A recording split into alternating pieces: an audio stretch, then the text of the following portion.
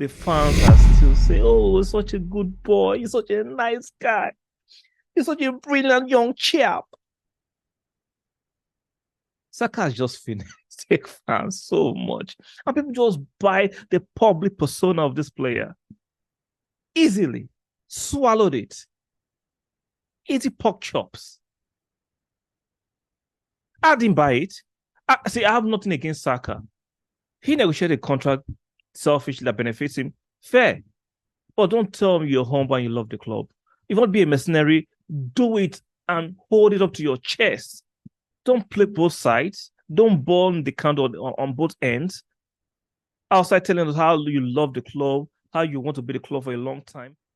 So finally, Saka has signed a 4-year contract.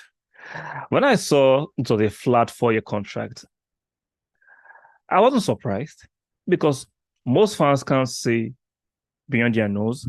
Most fans can't see how Saka has finessed and has played the fans and the club.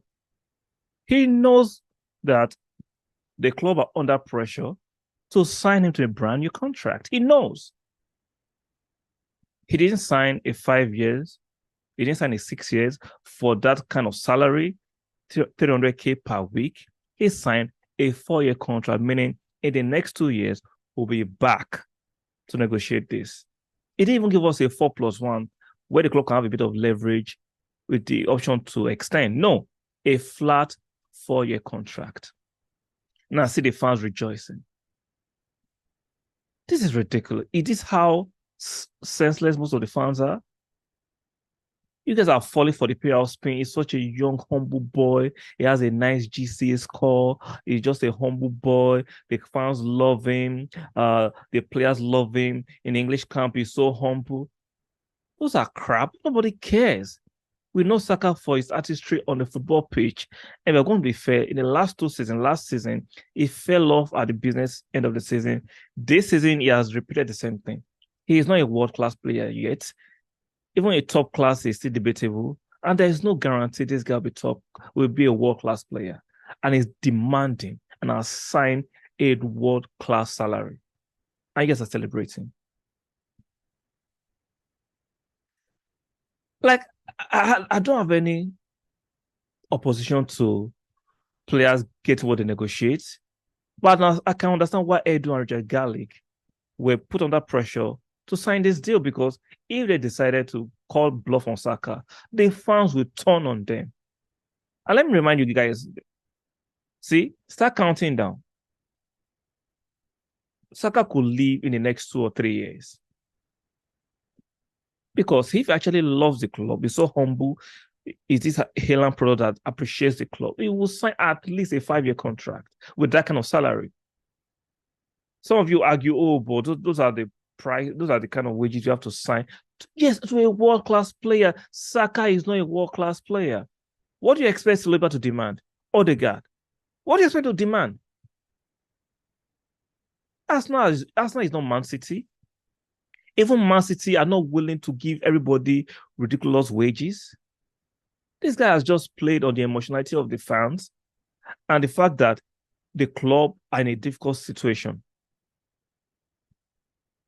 And people are telling me he's so nice, he's so humble. Publicly, Saka seems to be the nicest guy, nice demeanor, very respectful, publicly.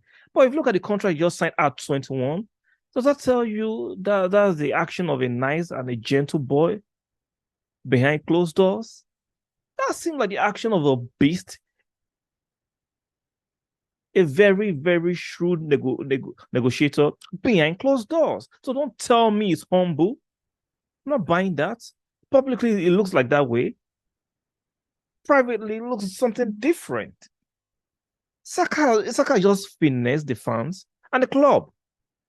He played it well. There were rumors in February that he wanted a release clause in the contract. I couldn't believe that. But looking by the fact that he just signed a flat 4-year contract shows how much Edu and Regali were pushing, negotiating before he agreed to that. And this is our star boy. This is the boy that is so humble, the boy with a nice GCU score. Everybody loves because he's English. If Saka was not English, will the English press will be this magnanimous with their superlatives?